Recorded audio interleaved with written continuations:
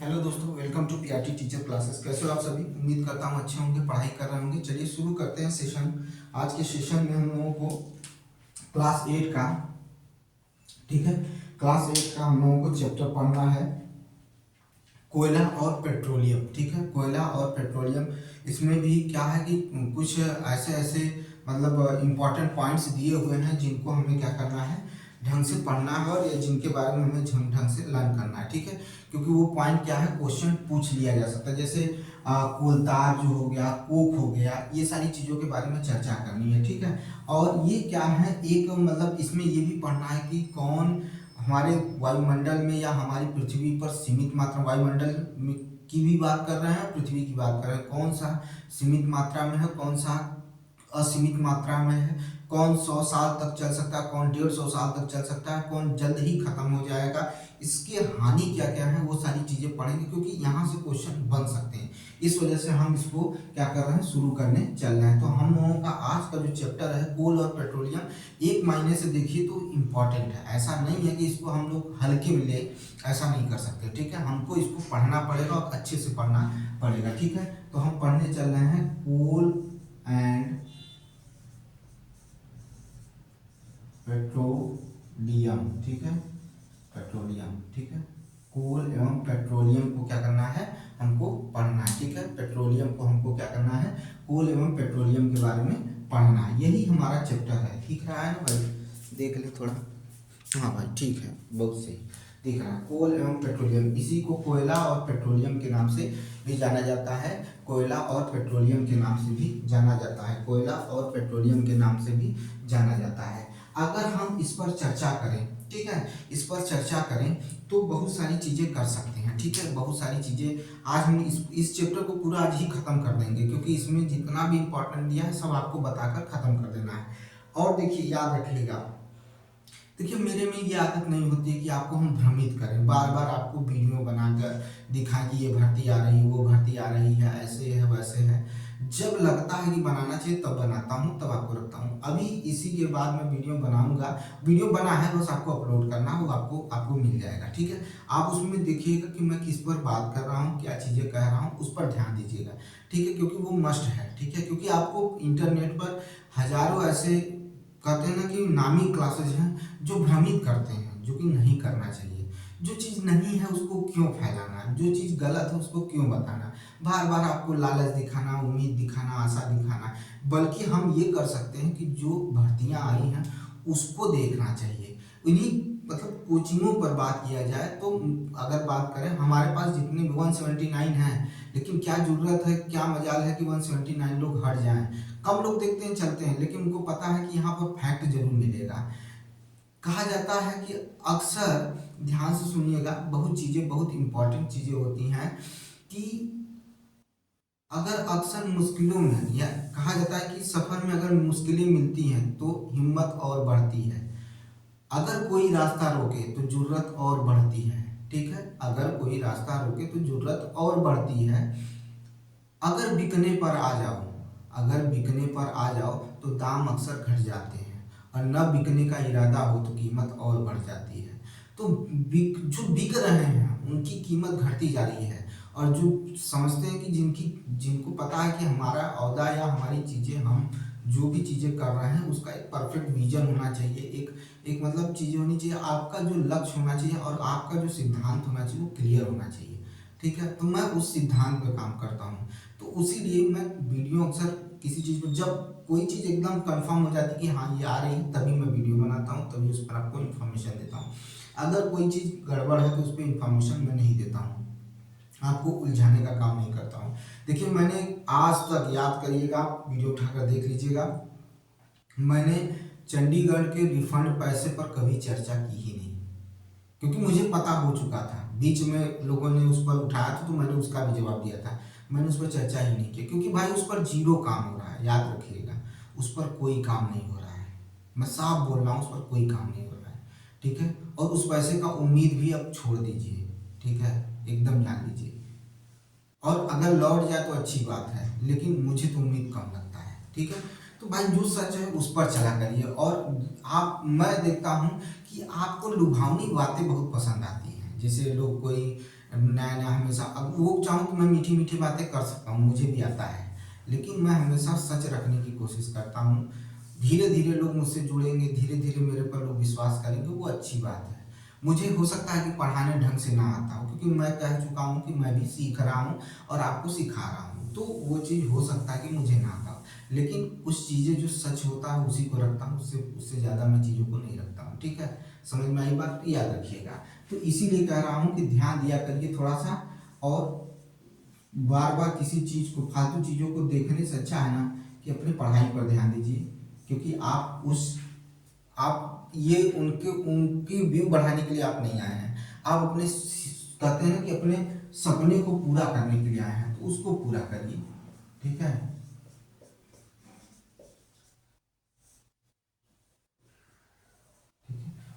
ठीक है, कोयला और पेट्रोलियम। और याद रखिएगा, कोई भी अगर काम हो रहा है, अगर आप किसी भी चीज़ में एफर्ट दे रहे हैं, वो आज नहीं कल सक्सेस होगा। याद रखिएगा, आज नहीं कल क्या होगा, वो सक्सेस होगा, उसको सक्सेस होना है। ठीक है, आप बस धैर्य बनाए रखिए, मेहनत करते रहिए। कभी भी किसी भी चीज़ को ऐसे मत लीजिएगा कि नहीं भाई अब नहीं होगा। ठीक है, अब नहीं होगा, वो चीज़ नहीं होना चाहिए, आप धैर्य बनाए रखिए। ठीक है, देखिए हमें पढ़ना यही है। ठीक है, चैप्टर के शुरुआत में ही दिया है कि प्राकृतिक प्राकृतिक प्राकृतिक, ठीक है, और मानव निर्मित। ठीक है, मानव निर्मित। ठीक है, मानव निर्मित। ठीक है, कौन सी ऐसी वस्तु है जो प्राकृतिक रूप में है और कौन सी ऐसी वस्तु है जो मानव निर्मित है। ठीक है, यानी मानव द्वारा बनाई गई है। प्राकृतिक निर्मित वस्तुएं भी दो भागों में बांटी गई हैं। ठीक है, प्राकृतिक निर्मित वस्तुएं भी क्या हुआ है, दो भागों में बांटा गया है। ठीक है, इन एग्जॉस्टेबल, ठीक है, इन एग्जॉस्टेबल और एक एग्जॉस्टेबल, यानी एक अक्षय प्राकृतिक संसाधन, ठीक है, और एक क्या है, सीमित प्राकृतिक संसाधन, जिन्हें एग्जॉस्टेबल क्या कहा जाता है, एग्जॉस्टेबल, ठीक है, नेचुरल रिसोर्सेज। ठीक है, तो हमने क्या बोला आपसे, दो, इसकी बात कर रहे हैं, इसकी नहीं कर रहे हैं, इसकी बात कर रहे हैं। इसकी बात अभी हम 2 मिनट में इसमें चर्चा कर लेंगे, इसमें कुछ है नहीं, इसके लिए हमें परेशान नहीं होना है, हमें इसके लिए परेशान होना है, हमें यही पढ़ना है। ठीक है,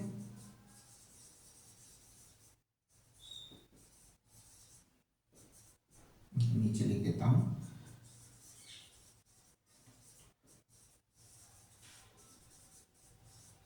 और यहाँ पर टेबल, ठीक है, एग्जॉस्टेबल नेचुरल रिसोर्सेज।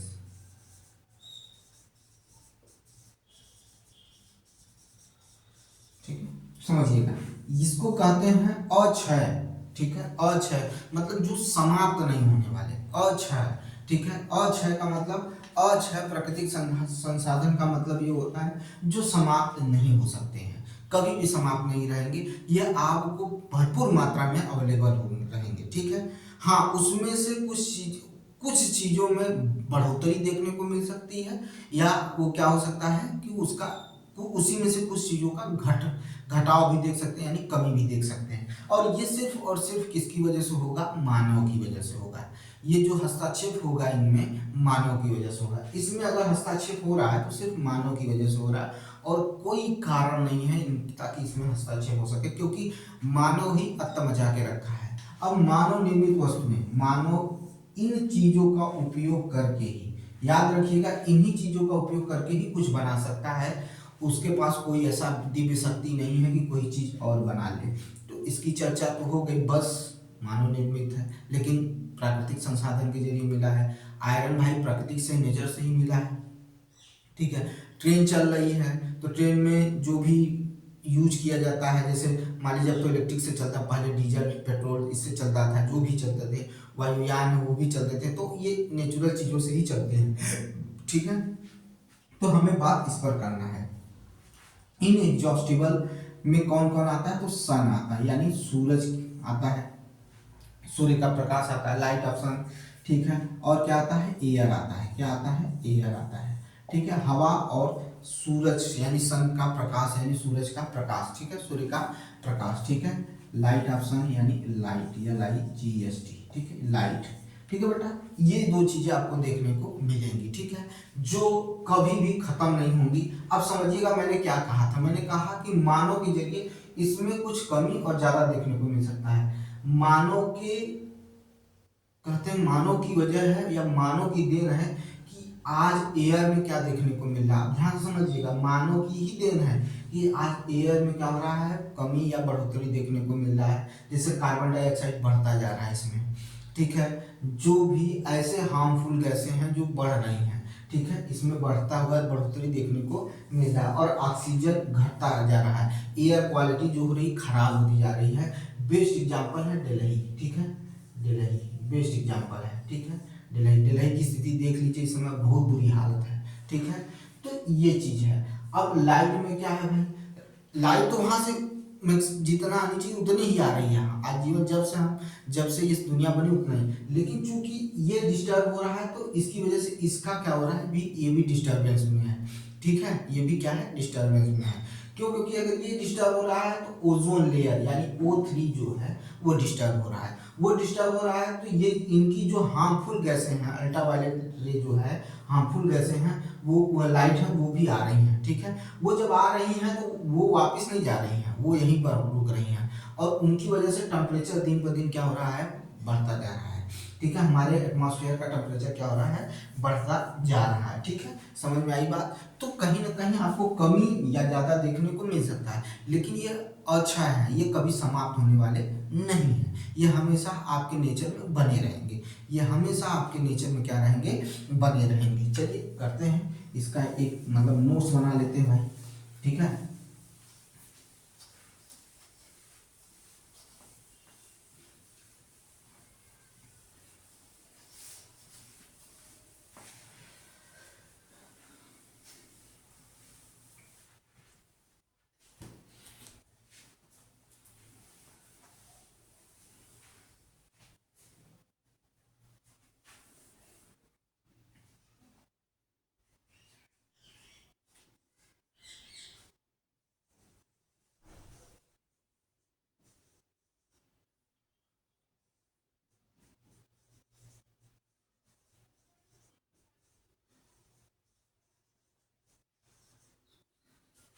ठीक है, इन एग्जॉस्टिबल, ठीक है, इन एग्जॉस्टिबल, एग्जॉस्टिबल नेचुरल रिसोर्सेस, ठीक है, या अक्षय प्राकृतिक संसाधन, अक्षय प्राकृतिक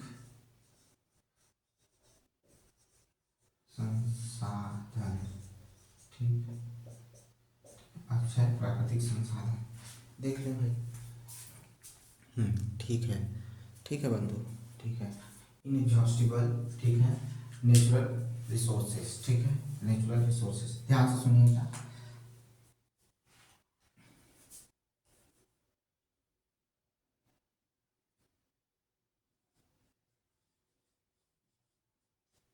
प्राकृतिक में उपलब्ध, उपलब्ध ऐसे संसाधन, संसाधन, संसाधन जो असीमित रूप से, असीमित रूप से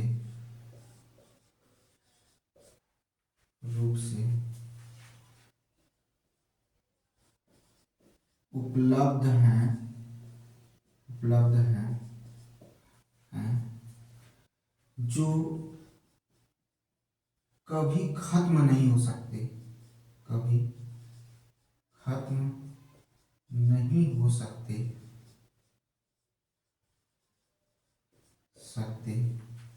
कभी खत्म नहीं हो सकते, उन्हें, ठीक है, उन्हें अक्षय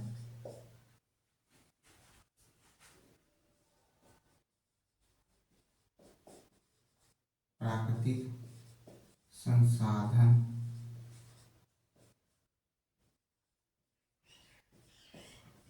कहते हैं। जैसे सूर्य का प्रकाश, सूर्य का प्रकाश, जैसे सूर्य का प्रकाश,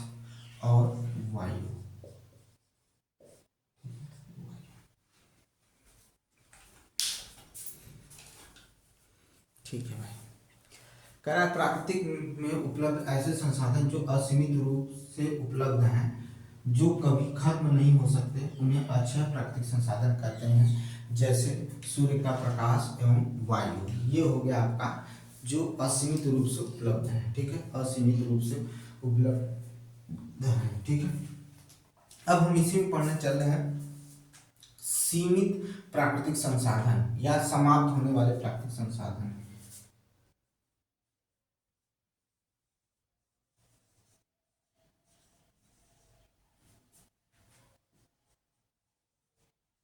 नेचुरल रिसोर्सेस। ठीक है, सीमित सीमित प्राकृतिक संसाधन।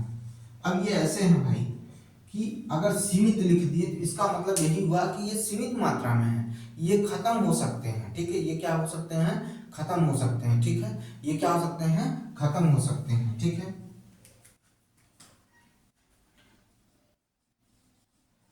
प्राकृतिक में उपलब्ध ऐसे संसाधन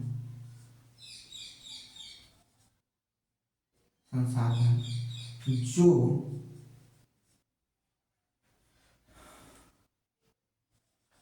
कुछ वर्षों बाद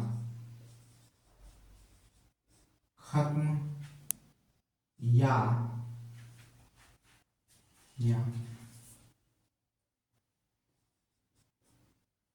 खत्म या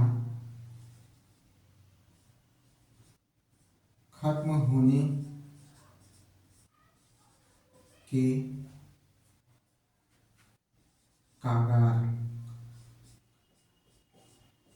पर हैं, उन्हें सीमित प्राकृतिक संसाधन कहते हैं। सीमित प्राकृतिक संसाधन कहते हैं। संसाधन कहते हैं।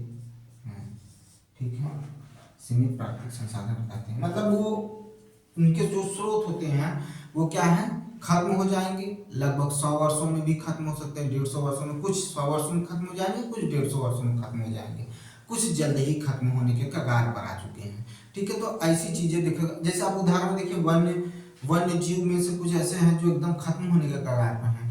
वनों की कटाई बहुत तेजी से हो रही है। जिस हिसाब से वनों की कटाई हो रही है उस हिसाब से तो लगता नहीं है कि हम 50 वर्ष तक भी वन को देख मतलब रख सकते हैं। उससे पहले ही क्या हो जाएंगे, ये समाप्त हो जाएंगे। तो ऐसी भी चीजें देखने को मिलती हैं। अब इसी में जैसे जैसे मैं कर देता हूं, जैसे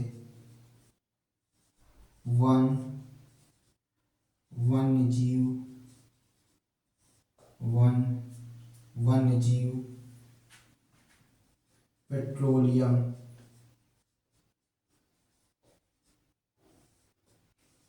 कोयला। ठीक है, वन्य जीव पेट्रोलियम कोयला। ठीक है, वन्य जीव पेट्रोलियम कोयला। और क्या हो सकता है भाई, और क्या क्या हो सकता है, प्राकृतिक गैस। क्या हो सकता है, प्राकृतिक गैस, प्राकृतिक गैस इत्यादि इत्यादि। ठीक है, ये क्या है, खत्म होने के कगार पे भी हो सकते हैं। ठीक है, या भविष्य में 100 वर्षों में, 150 वर्षों में, 50 वर्षों में ये खत्म हो जाएंगे। ठीक है, दिख रहा है भाई, थोड़ा सा नीचे हो गया, रुक जाइए 2 मिनट।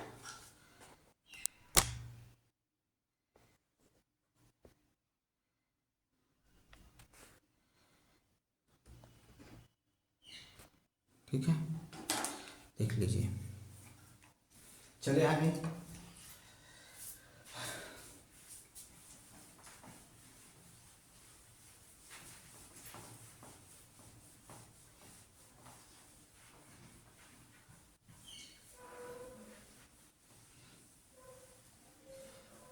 अब हम इनमें हमने इनको पढ़ लिया कि हमने इनको कितने भागों में बांटा था, हमने इनको कितने भागों में बांटा था, किस तरह से हमको इनको देखना था। ठीक है, अब हम चल रहे हैं, किसको पढ़ने चल रहे हैं, कोयले के बारे में पढ़ने चल रहे हैं। किसके बारे में पढ़ने चल रहे हैं, ओह 2 मिनट रुक जाइए, 2 मिनट रुक जाइए, लाइट आ जाती है। चलिए देखिए, हम किसको पढ़ने चल रहे हैं, कोयले के बारे में पढ़ने चल रहे हैं। किसके बारे में चर्चा करेंगे, तो कोयले के बारे में हम क्या करेंगे, चर्चा करेंगे। ठीक है, कोयले के बारे में हम क्या करेंगे, चर्चा करेंगे। ठीक है, चलिए कोयला यानी कोल, थोड़ा सा और ऊपर लिखते हैं, जगह है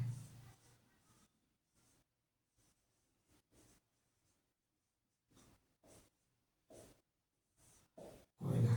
ठीक है, किसके बारे में पढ़ने चल रहे हैं, कोयला यानी कोल के बारे में पढ़ने चल रहे हैं। ज़्यादा ऊपर हो गया।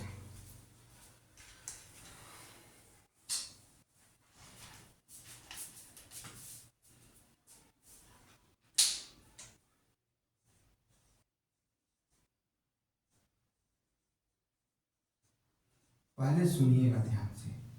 ठीक है, ठीक है, कोयला जो एनसीईआरटी के शब्द हैं उसको ध्यान से सुनिएगा। ठीक है, कोयला, ठीक है, कोयला ध्यान से सुनिएगा, बातें समझ में आ जाएगी, बहुत ज़्यादा बड़े नहीं है।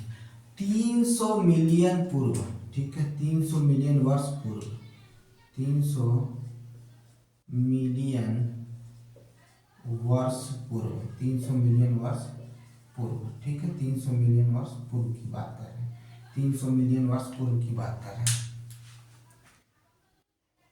जो पृथ्वी पर वनस्पति पाए जाते थे वो बाढ़ के कारण, प्राकृतिक प्रक्रमों के कारण, यानी प्राकृतिक में जो भी प्राकृतिक की वजह से या पृथ्वी में जो भी उथल पुथल हुए, ठीक है, या बाढ़ की वजह से या भूकंप की वजह से या ज्वालामुखी के फटने की वजह से, जिस भी कारण से यह पृथ्वी की सतह पर क्या हो गए, क्या हो, निचली सतह पर क्या हो, फैल गया। और ये मतलब जो ये जो वन थे वो क्या हो गए, दब गए। और इन पर परत दर परत क्या हुआ, मिट्टी का लेयर बनता चला गया। और जब परत दर परत मिट्टी का लेयर बनता चला गया, जैसे कि एक बार भूकंप आया जिसकी वजह से ये क्या हुए, पृथ्वी के नीचे दब गए। फिर क्या हुआ कि कुछ समय बाद वहाँ बाढ़ आ गया। ठीक है, और वो क्या हुआ, अपने साथ मिट्टी को लेके आए, परत दर परत मिट्टी क्या हो गई, उनके ऊपर चढ़ती चली गई। ठीक है, एक लेयर बनाती चली गई। और जैसे जैसे ये नीचे की तरफ दबते गए, वहां पर ताप क्या हो गया, बढ़ता चला गया। भाई जितना आप धरती के नीचे की सतह के नीचे की तरफ जाएंगे, केंद्र की तरफ जाएंगे, ताप बढ़ता चला जाएगा। ठीक है, याद रखिएगा, कोर का ताप तो बहुत 6000 से ज़्यादा, 6000 डिग्री, मतलब एक ऊपरी कोर का जो ऊपरी लेयर होता है उसका टेम्परेचर 6000 डिग्री सेल्सियस होता है। उससे अंदर जाएंगे तो 15000 के लगभग पहुंच जाता है। तो कहीं ना कहीं क्या हुआ, ये दबते चले गए। और वहां पर एक कंडीशन काम किया। ठीक है, एक तो ताप बढ़ गया, ऊपर से उच्च ताप उच्च दाब दोनों चीजें काम करने लगी। और उच्च ताप और उच्च दाब के कारण क्या हुए, कई वर्षों में धीरे धीरे, ये प्रक्रम जो होता है वो धीरे धीरे होता है। ऐसा नहीं है कि एक दिन में कोयला तैयार हो जाएगा लकड़ी से, नहीं, वो धीरे धीरे क्या होगा, कोयले के रूप में परिवर्तित होते चले गए। ठीक है, और ये जो कोयला होता है ये कार्बन का ही क्या है, रूप है। यानी कोयले को आप जलाएंगे तो आपको मिलेगा क्या, कार्बन मिलेगा। ठीक है, कार्बन का ही क्या है, कोयला रूप है। ठीक है, और ये प्रक्रम जो मैं कह रहा हूं कि धीरे धीरे होता चला गया, इसी को क्या कहा जाता है, कार्बनीकरण कहा जाता है। क्या कहा जाता है, कार्बनीकरण कहा जाता है। यह किस कंडीशन पे काम करता है, तो उच्च ताप और उच्च दाब पर ही ये कंडीशन काम करता है। मतलब वो प्रॉपर उच्च ताप और उच्च दाब प्रॉपर बना रहा कई सौ वर्षों तक। ये हमारे जरिए ये करना संभव नहीं है। ठीक है, ये मानव द्वारा करना संभव नहीं है कि मानव एक मतलब एक जैसे मतलब कहा जाए कि एक वृक्ष है उसको हम इस कंडीशन में लाए कि कोयला बन जाए, ये हो नहीं सकता। क्योंकि ये कंडीशन जो है ना, ये चीज़ें जो है ना, कई सौ वर्ष लगे इसको बनने में, तब जाकर कार्बन का ही रूप कोयला बनकर तैयार हुआ। और इसी को क्या कहा जाता है, कार्बनीकरण कहा जाता है, कार्बनीकरण कहा जाता है।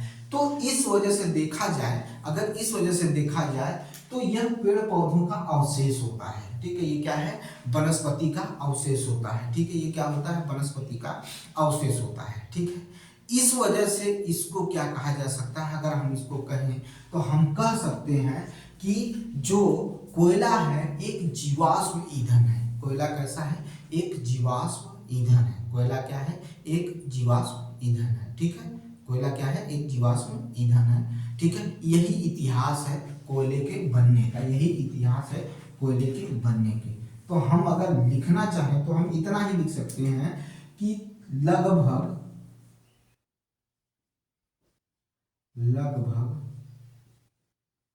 300 मिलियन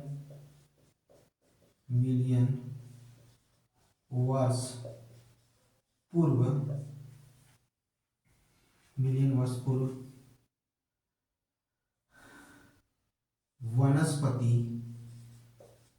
वनस्पति बाढ़ व प्राकृतिक प्रक्रमों के द्वारा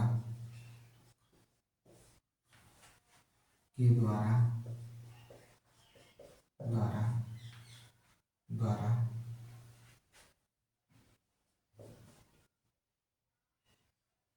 मिट्टी के नीचे दब गए।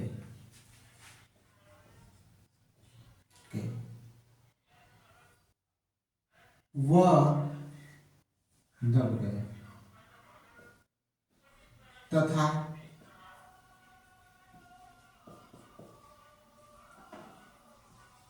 मिट्टी का परत दिन पर दिन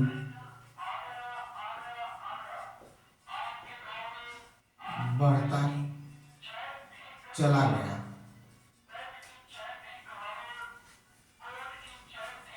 जिससे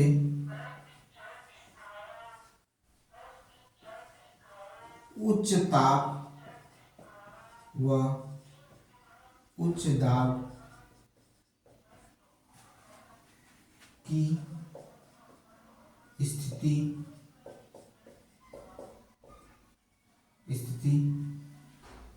लगातार बनी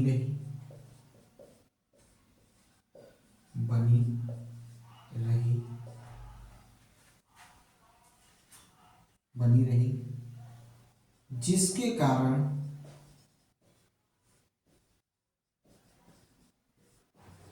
यही वनस्पति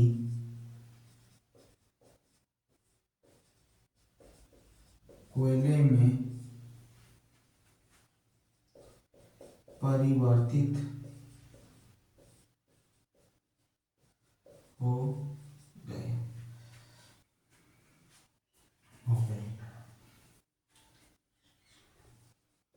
कोयला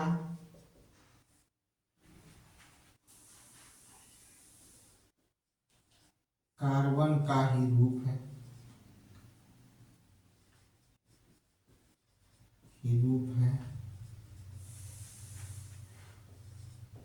वनस्पति का इस क्रिया द्वारा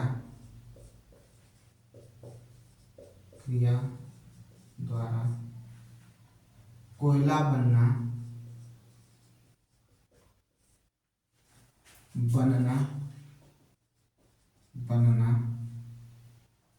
कोयला बनना कार्बनीकरण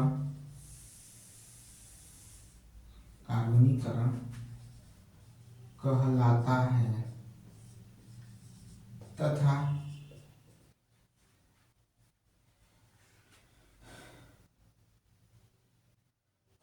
इसे वनस्पति के कारण कोयला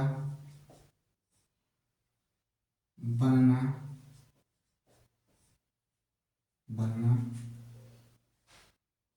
जीवाश्म ईंधन कहलाता है,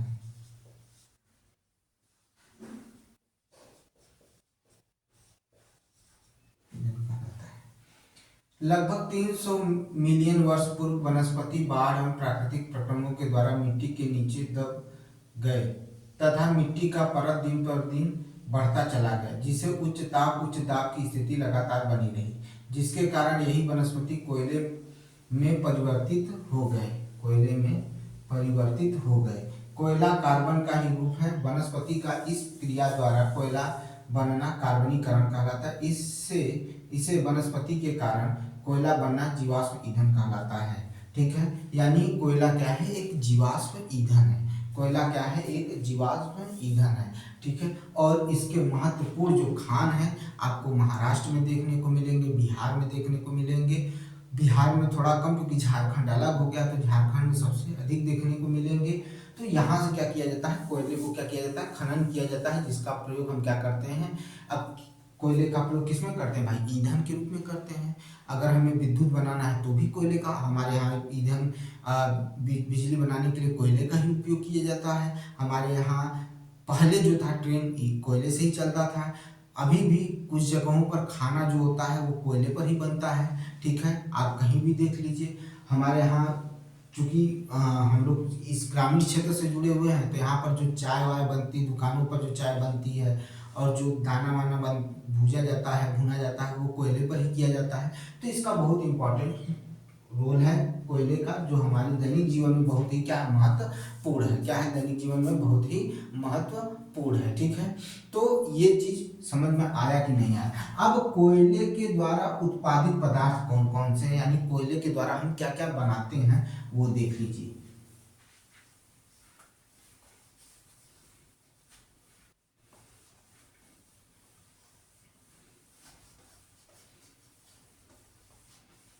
कोयले के निम्नलिखित क्या होते हैं, उत्पाद होते हैं। कोयले के कुछ क्या होते हैं, उत्पाद होते हैं, निम्नलिखित उत्पाद होते हैं। ठीक है, जिनका प्रयोग हम अपने दैनिक जीवन में भी करते हैं। ठीक है, इसी का कुछ क्या है, बदला रूप होता है। ठीक है, क्या होता है, बदला रूप होता है। अब कोयले से क्या क्या चीजें होती हैं वो देख लीजिए। ठीक है, अब समझिएगा। देखिए, हम पहली बात क्या बनाते हैं, कोक बनाते हैं। क्या बनाते हैं, कोक बनाते हैं। फिर कोलतार बनाते हैं, सबके बारे में पढ़ेंगे, ऐसा नहीं है कि नहीं पढ़ेंगे। कोलतार बनाते हैं, कोयला गैस बनाते हैं, कोयला गैस बनाते हैं। ठीक है, कोयला गैस बनाते हैं। ये तीन चीजें बनती हैं, ये तीन चीजें बनती हैं। ठीक है, अब हम क्या करेंगे, इनके बारे में, मतलब पहले इसके बारे में पढ़ेंगे, फिर इसके बारे में पढ़ेंगे और इसके बारे में भी पढ़ेंगे। ठीक है, हम कोक के बारे में भी पढ़ेंगे, फिर उसके बाद कोयला के बारे में पढ़ेंगे, फिर क्या पढ़ेंगे, कोयला के बारे में अच्छे से जानकारी लेंगे। जिस तरह से कोयले के बारे में पढ़े उसी तरह से इसके बारे में भी हम क्या करेंगे, चर्चा करेंगे। क्या करेंगे, चर्चा करेंगे। तो चलिए कोक के बारे में पढ़ते हैं। किसके बारे में पढ़ना है, तो कोक के बारे में पढ़ना है।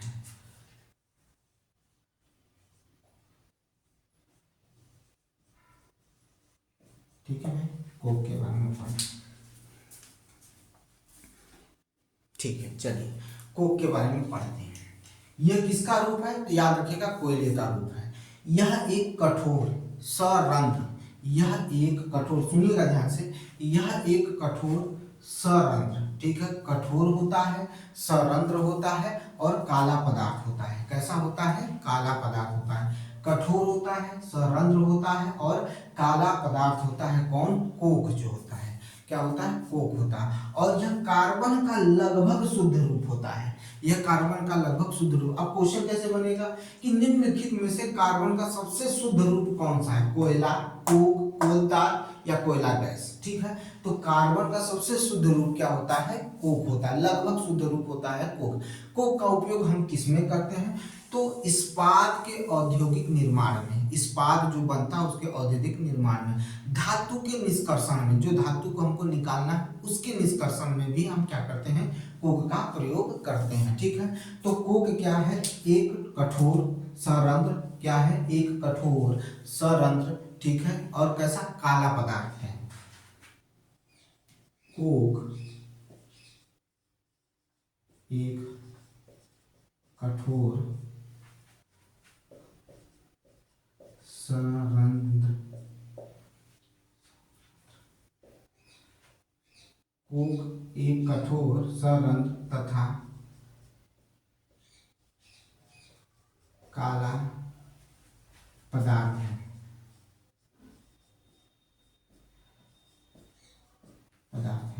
ठीक है। कोक एक कठोर सरंध्र और काला पदार्थ है, ठीक है, काला पदार्थ है, ठीक है। कोक एक कठोर सरंध्र तथा काला पदार्थ है।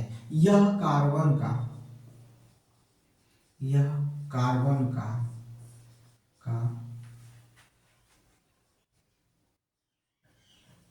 लगभग शुद्ध रूप है, शुद्ध रूप है, जिसे जिसका उपयोग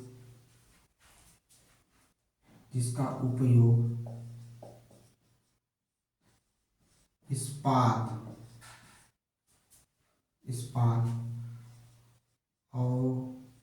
औद्योगिकी औद्योगिकीकरण तथा धातु निष्कर्षण में करते हैं। धातु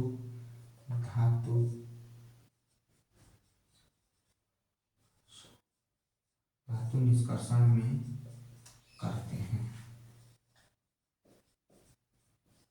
ठीक है, धातु निष्कर्षण में करते हैं। ये आप कर लीजिएगा, इसको ध्यान दे दीजिएगा, ठीक है। यही इसका उपयोग है। और ये धातु कार्बन का लगभग शुद्ध रूप होता है। ये क्या है? कार्बन का लगभग शुद्ध रूप होता है, ठीक है। क्या होता है? का लगभग शुद्ध रूप होता है, ठीक है। देख लीजिए भाई ध्यान से, फिर इसके बाद चर्चा करते हैं। चलिए भाई ध्यान देते हैं। ये हो गया।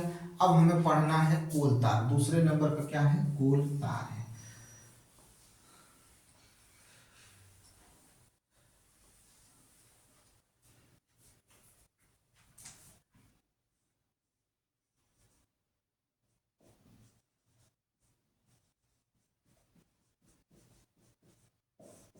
ठीक है, कोल तार के बारे में। कोल तार जो होता है, यह क्या होता है? तरल रूप में होता है और गाढ़ा होता है। गाढ़ा तरल रूप में होता है। इसकी जो गंध होती है अप्रिय होती है, मतलब असहनीय होती है, जिसको मतलब सूंघने से या महसूस करेंगे तो ये बहुत ही अप्रिय महसूस होती है, ठीक है। और ये लगभग 200 पदार्थों का मिश्रण होता है। क्या होता है? 200 पदार्थों का मिश्रण होता है। कौन? कोल तार। कोल तार लगभग 200 पदार्थों का क्या होता है? मिश्रण होता है, ठीक है। यह क्या होता है? 200 पदार्थों का मिश्रण होता है। और दैनिक जीवन में कुछ विभिन्न चीजें इससे बनती हैं, जिनका उपयोग हम दैनिक जीवन में लगातार करते आ रहे हैं और करते भी हैं, और औद्योगिक में भी इसका उपयोग होता है।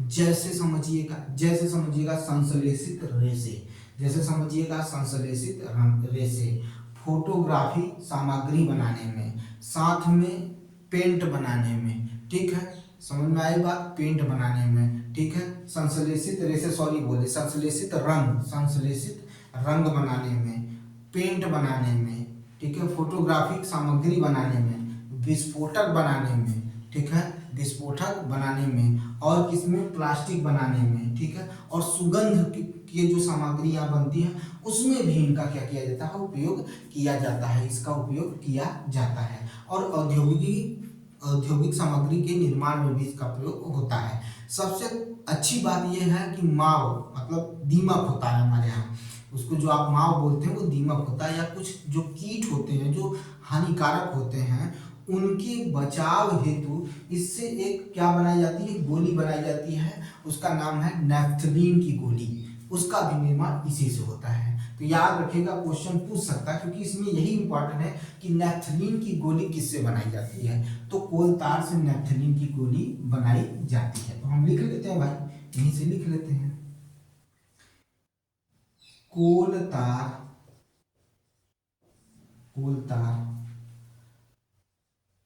अप्रिय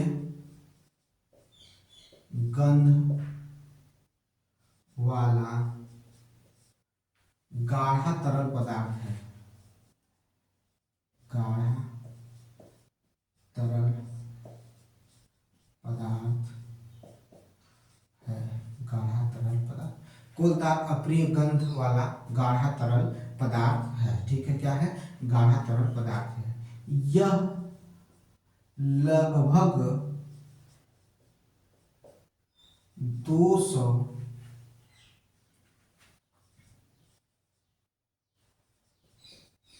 200 पदार्थों का मिश्रण है। यह लगभग 200 पदार्थों का मिश्रण है। यह लगभग 200 पदार्थों का मिश्रण है। यह लगभग क्या है? 200 पदार्थों का क्या है? मिश्रण है। ठीक है।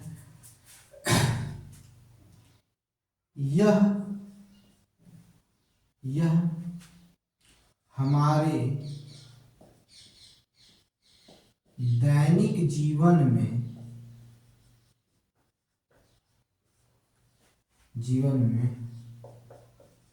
उपयोग होने वाले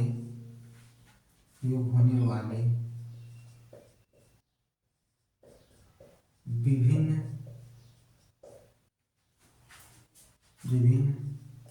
सामग्री का निर्माण करता है। जैसे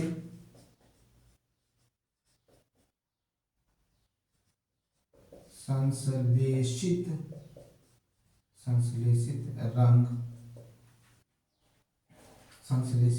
रंग, पेंट, फोटोग्राफी सामग्री,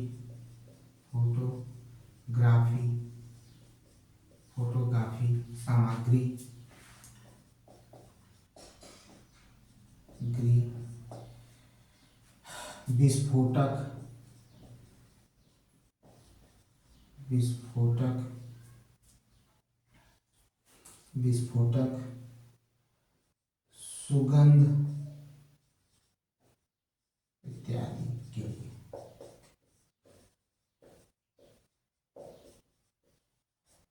ठीक है। माव तथा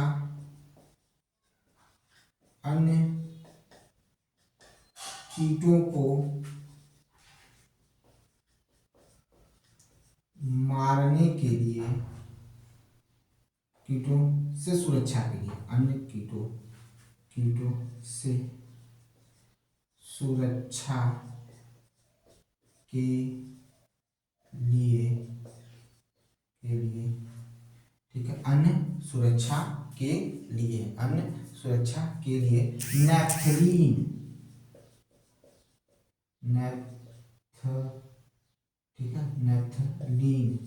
नेफ्थलीन की गोली का निर्माण भी इसी से होता है। ठीक है।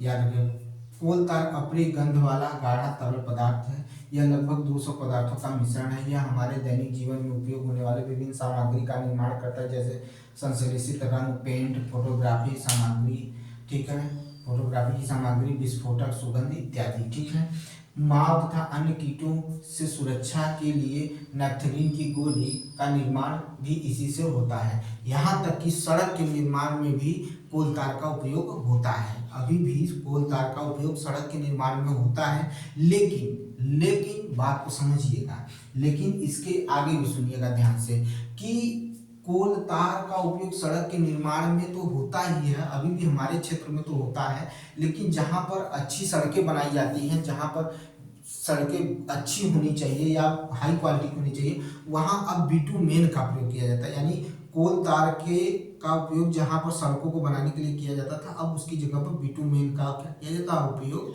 किया जाता है। ठीक है, इसको पहले लिख लीजिए, फिर उसके बाद दिखाते हैं। ठीक है, चलिए।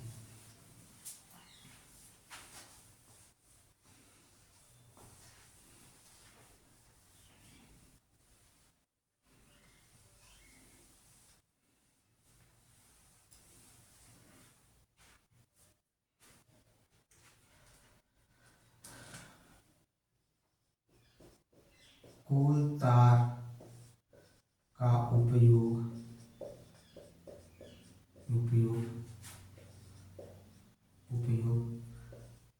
सड़क डालने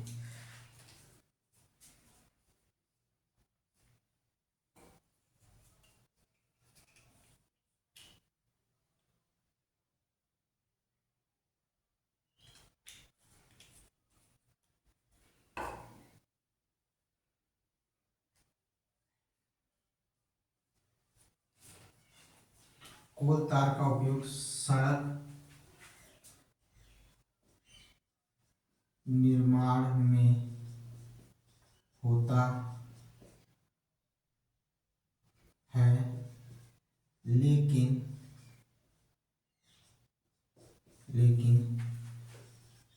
इसके स्थान पर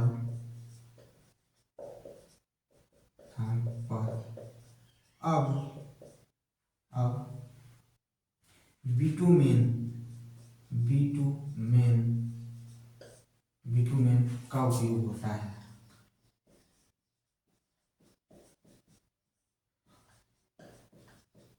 होता है। ठीक है, बिटुमेन याद रखिएगा, क्वेश्चन पूछ सकता है भाई, तो याद रखिएगा। ठीक है, याद रखिएगा, ये इंपॉर्टेंट है। ठीक है,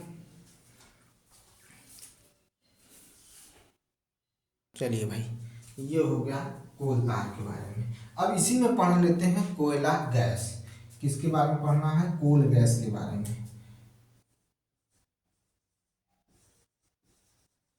ठीक है, कोल गैस के बारे में, कोयला गैस, ध्यान से सुनिए, कोयला गैस के बारे में सुनिए।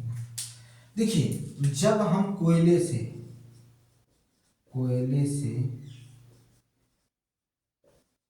कोक का निर्माण करते हैं, कोक का निर्माण करते हैं तो कोयला गैस प्राप्त होती है, कोयला गैस प्राप्त होती है जिसका उपयोग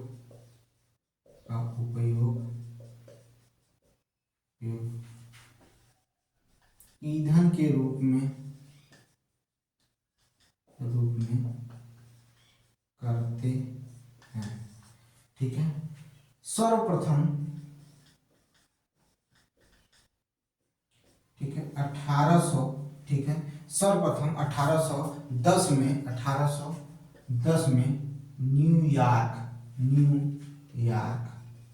न्यूयॉर्क तथा 1820 में लंदन में इसमें कोयला गैस का उपयोग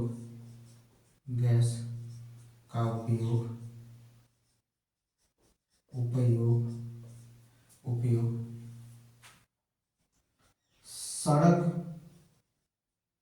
की लाइट के रूप में किया गया है। ठीक, लिख लीजिए। कोयले से कोक का निर्माण करते हैं तो कोयला गैस प्राप्त होती है जिसका उपयोग ईंधन के रूप में करते हैं। सर्वप्रथम 1810 में न्यूयॉर्क और 1820 में लंदन में कोयला गैस का उपयोग सड़क की लाइट के रूप में किया जाता था। अब इसका उपयोग ऊष्मा प्राप्त करने के लिए करते हैं। किसके लिए करते हैं? ऊष्मा प्राप्त करने के लिए करते हैं। किसका उपयोग करते हैं? तो कोल गैस का उपयोग करते हैं। ठीक है भाई, ये चीज रही चर्चा में, इतनी चीज आप पहले समझ लीजिए। ठीक है, उसके आगे बढ़ते हैं।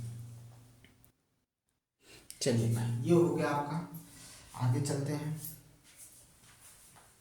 अब हमें क्या पढ़ना है? अगला इसमें हेडिंग है, आज इसको समाप्त कर देंगे भाई, चाहे जैसे भी इसको खत्म करना है और एकदम इम्पोर्टेंट पॉइंट को लिखवा कर समाप्त करना है ताकि आपके क्वेश्चन न फंस छूटे, आपके क्वेश्चन आपको मिले।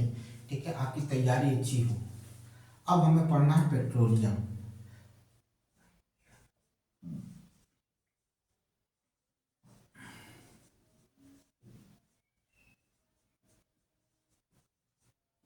ध्यान से सुनिएगा पेट्रोलियम के बारे में।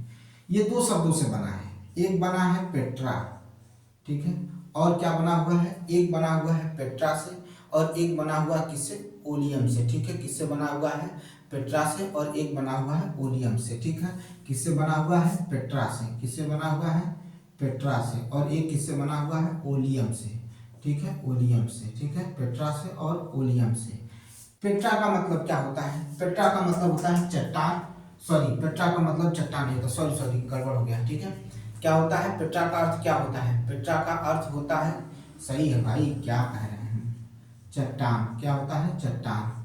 ठीक है, पेट्रा का अर्थ होता है, क्या होता है? चट्टान। पेट्रा का अर्थ होता है, क्या होता है? चट्टान। और ओलियम का अर्थ जानते ही हैं, तेल। ओलियम का अर्थ होता है तेल। ठीक है, भ्रमित हो जाते हैं कभी कभी। क्या होता है? तेल होता है। क्या होता है? तेल होता है। ठीक है, क्या होता है? तेल होता है। चट्टान और तेल, तो इसका मतलब समझिएगा कि पेट्रोलियम को धरती के नीचे या पृथ्वी के नीचे चट्टानों के बीच से निकाला जाता है, इसलिए इसका नाम क्या पड़ गया? पेट्रोलियम पड़ गया। क्या पड़ गया? पेट्रोलियम पड़ गया। इसका उपयोग हल्के वाहन को चलाने में किया जाता है। जो वाहन हैवी होते हैं उनके लिए पेट्रोलियम का यूज नहीं किया जाता है। इनका उपयोग कार कार कर रहे हैं, इनका अब तो कार भी चल ही रही है, स्कूटर चलाने में, मोटरसाइकिल चलाने में इसका उपयोग किया जाता है। जबकि इन्हीं के जगह पर अगर हम भारी वाहनों को चलाते हैं तो वहाँ हम डीजल का उपयोग करते हैं, वहाँ हम क्या करते हैं? डीजल का उपयोग करते हैं। ठीक है, और यह ईंधन प्राकृतिक रूप से क्या है? हमारी धरती के नीचे पाया जाता है, इसलिए इसको क्या कहा जाता है? पेट्रोलियम कहा जाता है। क्या कहा जाता है? पेट्रोलियम कहा जाता है। याद रखिएगा, क्या कहा जाता है? पेट्रोल। अब इसका निर्माण कैसे हुआ? देखिए, उसको लिखाने की हमें जरूरत नहीं है, जो चीज लिखाने की होती है वो लिखाएंगे। समुद्र की सतह पर और ऐसे भी सतह पर, ठीक है, समुद्र की सतह की बात किया है एनसीईआरटी में, हम ऐसे भी सतह की बात कर रहे हैं। जो जीव जंतु, ठीक है, दब गए या समुद्र की सतह पर मरकर क्या हो गए? सतह पकड़ लिए, ठीक है, पेंदी पर आ गए। ठीक है, अब क्या हुआ? उनके ऊपर परत दर परत बालू, ठीक है, या जमीन मिट्टी थी, जमती चली गई, जीवों पर जमती चली गई, पेड़ पौधों पर नहीं, जीवों पर जमती चली गई। और वहां पर भी उच्च ताप और उच्च दाब का कंडीशन बनना शुरू हुआ। और जब ऐसा कंडीशन बनना शुरू हुआ तो ये धीरे धीरे से किस में बदलने लगे? पेट्रोलियम में बदलना शुरू हो गए। धीरे धीरे क्या हुआ? पेट्रोलियम में बदलना शुरू हो गए। और यह भी प्रक्रम कई वर्षों तक चलता रहा। तब जाकर हमें क्या मिला? पेट्रोलियम मिला। तब जाकर हमें क्या मिला? पेट्रोलियम मिला। ऐसा नहीं है कि पेट्रोलियम एक दिन में हो गया, नहीं, ऐसा नहीं है। ठीक है, और याद रखिएगा तीन चीजें, तीन कंडीशन यहाँ काम करता है। ठीक है, एब्सेंट ऑफ एयर यानी अनुपस्थिति, अनुपस्थिति, ठीक है, ठीक है, अनुपस्थिति किसकी? वायु की, वायु की अनुपस्थिति। ठीक है, वायु की अनुपस्थिति, पहला कंडीशन क्या था? वायु की अनुपस्थिति।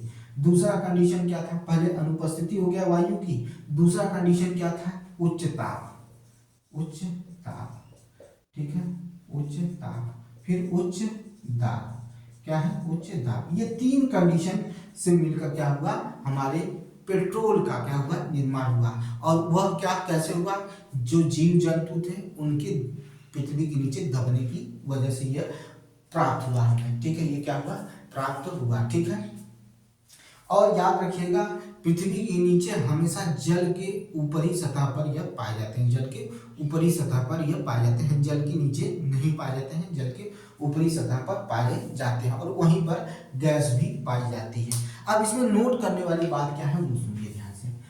विश्व का, ठीक है, पहला, ठीक है, विश्व का पहला जो पेट्रोल का जो कुआं खोदा गया या पेट्रोल निकाला गया, वो कहाँ निकाला गया? तो पेनिसवेलिया में निकाला गया, जो अमेरिका में है। कहाँ पर है?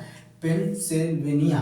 ठीक है, पेंसिल्वेनिया जो अमेरिका में स्थित है, वहां से निकाला गया। कब निकाला गया? तो 1800, ठीक है, 1859 में निकाला गया। ठीक है, तो याद रखिएगा विश्व का पहला, विश्व, इसको लिखना जरूरी है, विश्व का पहला, पहला पेट्रोलियम कुआं, पेट्रोलियम कुआं, कुआं 1859 में, ठीक है, पेंसिल्वेनिया, ठीक है, पेंसिल्वेनिया, ठीक है, Pennsylvania, Pennsylvania, Pennsylvania America, Pennsylvania America में काम में खोदा गया। जबकि भारत में 1859 1800, ठीक है, 1867, 1867 में, ठीक है, 1867 में असम के माकुम, असम के माकुम नामक स्थान पर, असम के माकुम नामक स्थान पर, नामक स्थान पर, स्थान पर पेट्रोलियम का कुआं खोदा गया है। पेट्रोलियम का कुआं खोदा गया है, ठीक है। हमारे यहाँ पेट्रोल कहाँ कहाँ प्राप्त होता है? असम में प्राप्त होता है, गुजरात में प्राप्त होता है, मुंबई हाई या बॉम्बे हाई में प्राप्त होता है, और गोदावरी और कृष्णा नदी के बेसिन में हमारे यहाँ क्या पेट्रोलियम प्राप्त होता है या पेट्रोलियम का निष्कर्षण होता है। मैंने क्या बताया कि भारत में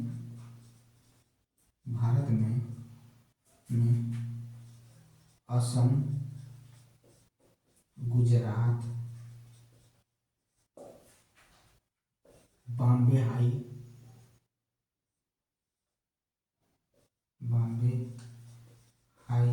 व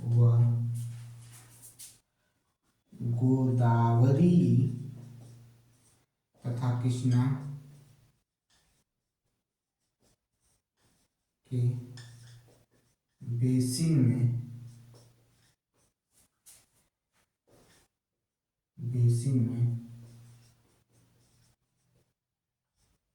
पेट्रोलियम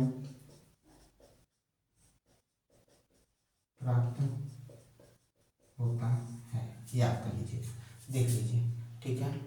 कृष्णा और गोदावरी नदी के बेसिन में पाया जाता है। भारत में असम, गुजरात, बॉम्बे हाई, गोदावरी और कृष्णा के बेसिन में क्या पाया जाता है? पेट्रोलियम पाया जाता है, ठीक है, पेट्रोलियम पाया जाता है, याद रखिएगा। देख लीजिए भाई, इसको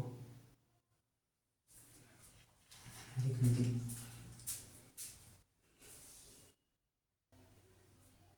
चलिए, ये हो गया, देख लीजिए पेट्रोलियम। अब देखिए, सुनिएगा, अब हम पढ़ेंगे refining of petroleum. Refining of petroleum क्या होता है, ठीक है, रिफाइनिंग ऑफ पेट्रोलियम क्या होता है, ठीक है।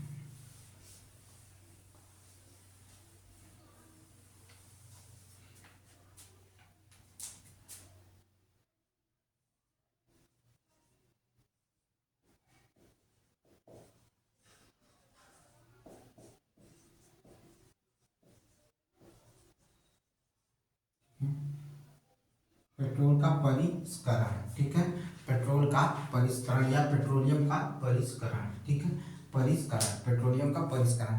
पेट्रोल क्या है भाई? पेट्रोल एक तरल द्रव है। पेट्रोल, पेट्रोलियम एक द्रव है, जो अप्रिय गंध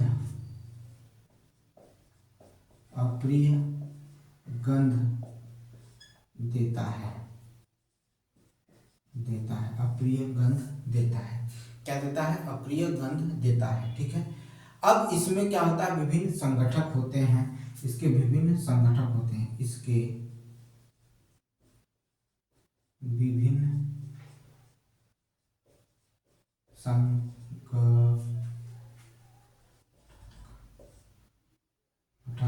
होते हैं। जैसे क्या क्या होता है भाई? पेट्रोलियम गैस होता है, पेट्रोलियम गैस होता है, पेट्रोल होता है, डीजल होता है, स्नेहक होता है, स्नेहक, ये न है भाई, स्नेहक होता है, ठीक है, याद रखिएगा, स्नेहक है, ठीक है, स्नेहक होता है, जो तेल है, स्नेहक तेल। पैराफिन मोम होता है, पैराफिन मोम होता है, पैराफिन मोम होता है, ठीक है, पैराफिन मोम होता है, ठीक है। इन्हीं संगठकों को पृथक करना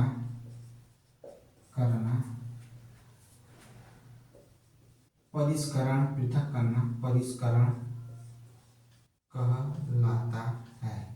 पृथक करना परिष्करण कहलाता है, याद रखिएगा, यानी रिफाइनिंग कहलाता है। ठीक है, इसी विधि को पेट्रोलियम परिष्करणी भी कहते हैं। ठीक है, अब इससे क्या होता है, इससे विभिन्न उपयोगी पदार्थ बनते हैं। इससे विभिन्न उपयोगी पदार्थ बनते हैं। ठीक है, जैसे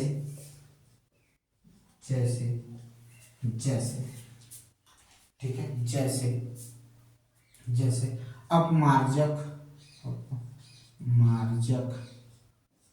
रेसे, उसमें भी कौन सा, तो पॉलिएस्टर, ठीक है, नाइनॉल, ठीक है, पॉलिएस्टर, नाइनॉल, एक्रिक, ठीक है, क्या कहते हैं, एक्रिक, ठीक है, एक्रिलिक कहते हैं। ठीक है, जैसे पॉलिएस्टर,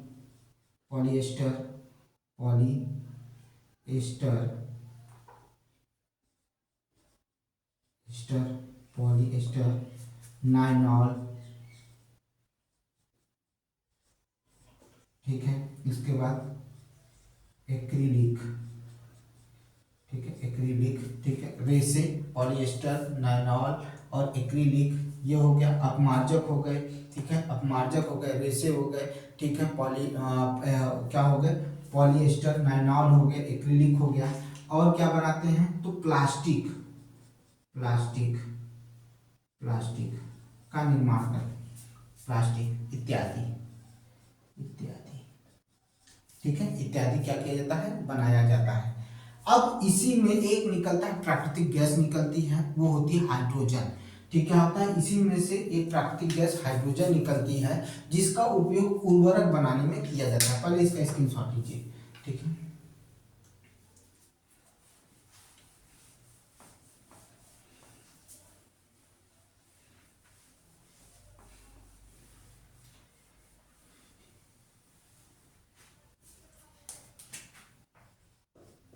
इसी में एक प्राकृतिक गैस हाइड्रोजन निकलती है जिसका उपयोग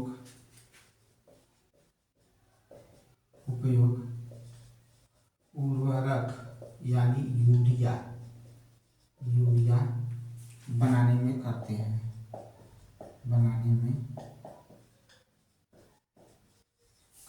जिसका उपयोग यूरिया का उपयोग किसमें करते हैं, उर्वरक बनाने में करते हैं। ठीक है, चूंकि इतना इसका उपयोग है, इसी वजह से इसे काला सोना भी कहा जाता है। इसी वजह से, चूंकि इसका इतना महत्वपूर्ण उपयोग है, इसी वजह से इसको क्या कहा जाता है, पेट्रोलियम को काला सोना कहा जाता है। क्या कहा जाता है, पेट्रोलियम को काला सोना कहा जाता है। इतने महत्वपूर्ण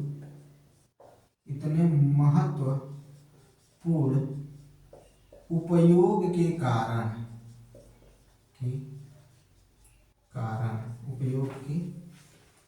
कारण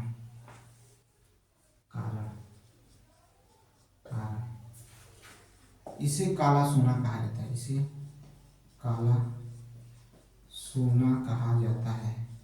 सोना कहा जाता है, इसे क्या कहा जाता है, काला सोना कहा जाता है। इतना महत्वपूर्ण उपयोग के कारण इसे क्या कहा जाता है, काला सोना कहा जाता है। क्या कहा जाता है, काला सोना कहा जाता है। ठीक है, याद रखिएगा, इसे क्या कहा जाता है, काला सोना कहा जाता है।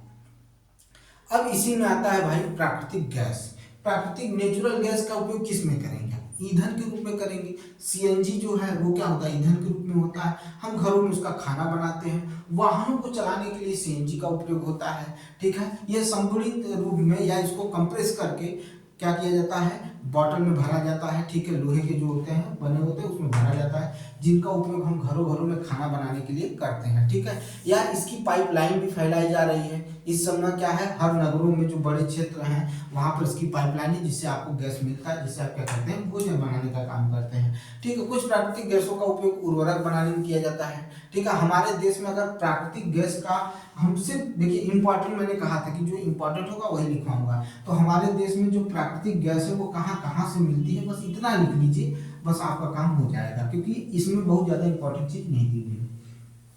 ठीक है, इसमें बहुत ज्यादा चीज नहीं दी हुई है कि आप इसको बहुत ज्यादा लिखें। तो हमारे देश में प्राकृतिक गैस त्रिपुरा, राजस्थान, महाराष्ट्र, असम, ठीक है, सॉरी कारण त्रिपुरा, राजस्थान, महाराष्ट्र, गोदावरी और कृष्णा के बेसिन में पाई जाती है। हमारे यहाँ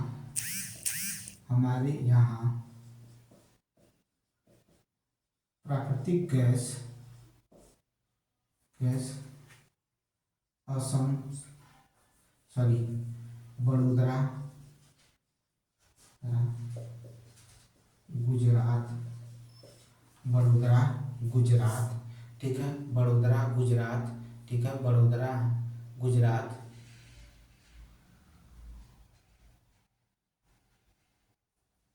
नहीं भाई हमारे यहाँ प्राकृतिक गैस ना त्रिपुरा महाराष्ट्र, ठीक है, त्रिपुरा महाराष्ट्र तथा कृष्णा व गोदावरी के बेसिन से प्राप्त होती है, बेसिन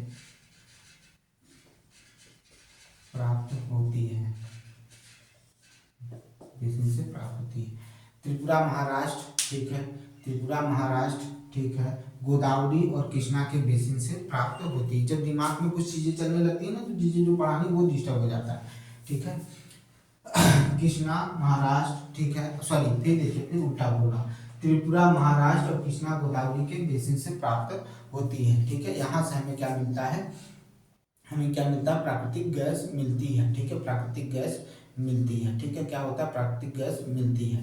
ठीक है, और देखिए सुनिएगा ध्यान से, ठीक है, बेसिन नहीं डेल्टा के डेल्टा से प्राप्त होता है। ठीक है, याद रखिएगा डेल्टा से प्राप्त होता है। और याद रखिएगा एक चीज और, इसी में एक चीज और जोड़ लीजिए, राजस्थान। ठीक है, त्रिपुरा महाराष्ट्र राजस्थान, त्रिपुरा महाराष्ट्र राजस्थान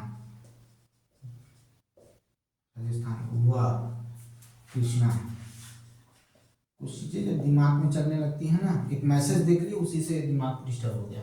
ठीक है, वो इंपॉर्टेंट मैसेज आया है, देखना है, उसको बताएंगे आपको।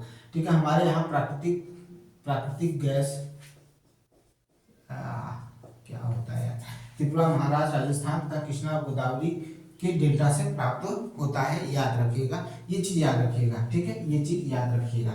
ठीक है, अब क्या है, ये यहाँ पर आपका क्या होता है, लगभग अगर आप समझें तो यहाँ पर आपका चैप्टर क्या होता है, खत्म होता है। ठीक है, क्या होता है, चैप्टर आपका खत्म होता है। लेकिन याद रखिएगा भारत में PCRA, ठीक है, PCRA एक अनुसंधान है, किसका, तो पेट्रोलियम का। ठीक है, PCRA क्या है, पेट्रोलियम का अनुसंधान है। ठीक है, पेट्रोलियम संरक्षण, ठीक है, संरक्षण अनुसंधान, ठीक है, संस्था है, पेट्रोलियम संरक्षण अनुसंधान संघ या संस्था है। ठीक है, जो यह बताती है या आपको यह चीज के लिए जागरूक करती है कि हमें ईंधन का उपयोग किस तरह से करना चाहिए।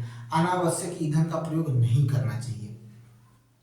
जब जहां जरूरत नहीं है वहां ईंधन का उपयोग नहीं करना चाहिए, क्योंकि यह सीमित मात्रा में हमारे पास है।